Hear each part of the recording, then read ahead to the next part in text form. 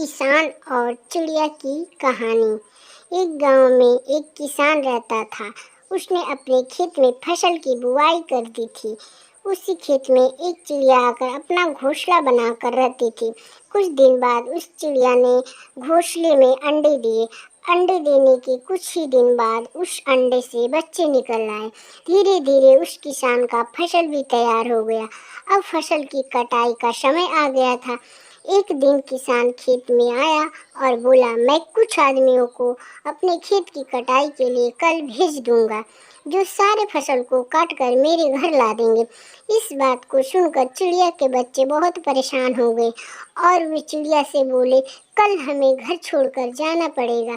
चिड़िया बोली, अभी घबराओ मत, कल नहीं जाना पड़ेगा। अगले ही दिन चिड़िया की बात सही हुई और फसल नहीं कटी। किसान फिर से खेत में आया और कहा, मैं अपने कुछ दोस्तों को कल भेजकर फसल को पक्का कटवा दूंगा।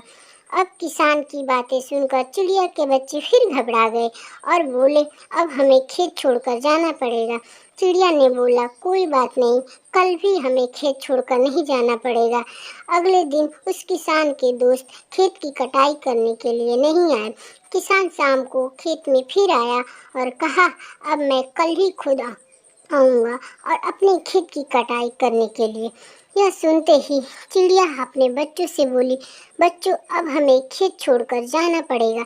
तब बच्चों ने चिड़िया से पूछा, आप इतने विश्वास के साथ कैसे कह सकती हैं हमें खेत छोड़कर जाना पड़ेगा।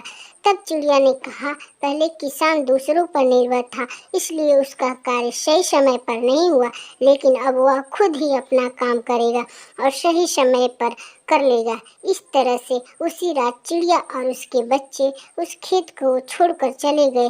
दोस्तों, इस कहानी से हमें यह सीख मिलती है कि हमें अपना कार्य खुद करना चाहिए। दूसरों पर निर्भर रहकर हमें सिर्फ धोखा ही मिलता है।